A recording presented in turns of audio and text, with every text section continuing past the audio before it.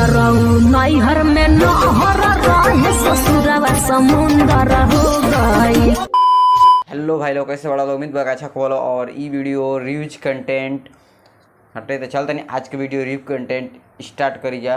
और ई वीडियो हंसे और हंसावे खातिर बनावल जाता और दिल दिमाग पे सीरियस में ना लेवे खातिर। बोलो एक करे जा कैसे कटतावे रोटिया लाई है यह कोनो पूछे वाली बात है। मुठ मार के कटता और कैसे कटी?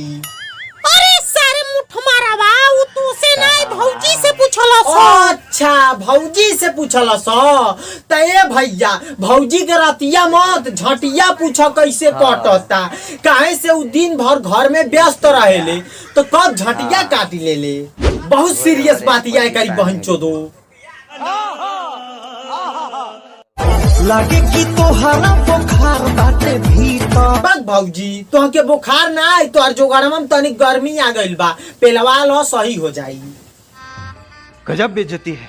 एक बीता ऊपर पहने एक बीता नीचे पीछे होल लौकता। लाड़ लगाई होल में पेल के तोर गाड़ गोल कह देब सारे। मतलब देखो तारा किंग कहता होल लौकता। भैया ते हमके एगो बात बताओ तो के होल लौकी गइल तो हम तोरे खातिर बिरहा गाय की निर्गुण गाय रे भोसड़ी वाले। नहीं मतलब जब तो के होल लौकी गइल त किचकिचा के पेल देना।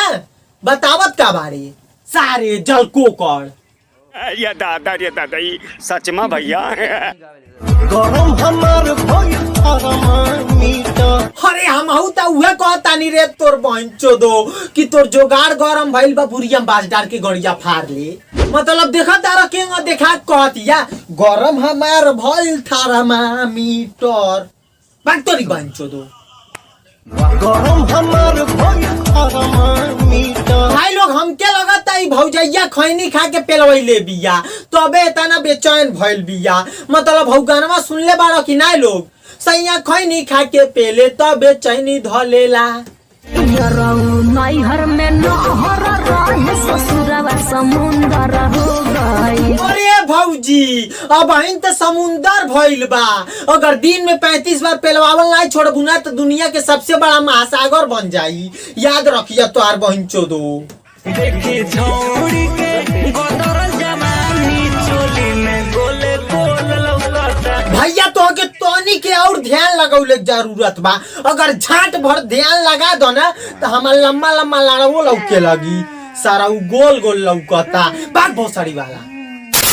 बस भाई लोग आज खातिर इतना उम्मीद करता नहीं वीडियो तो हम लोग के अच्छा लगल होई। अगर अच्छा लगल हुई तो वीडियो के लाइक कर दिया और कमेंट कर बताइए वीडियो कैसा लागल। और चैनल पे ना होइए तो चैनल के जरूर से सब्सक्राइब कर लियो। तो मिलता नहीं एगो नेक्स्ट वीडियो में, तब तक के लिए बाय। उम्मीद बा भाई लोग वीडियो पसंद लागल होई तो लाइक कर लो। और नया चैनल पर आयल पढ़ लो तो चैनल का सब्सक्राइब कर लियो ताकि जो वीडियो नया अपलोड करी तो सबसे पहले नोटिफिकेशन मिले। चलते नेक्स्ट वीडियो मिले तब खातिर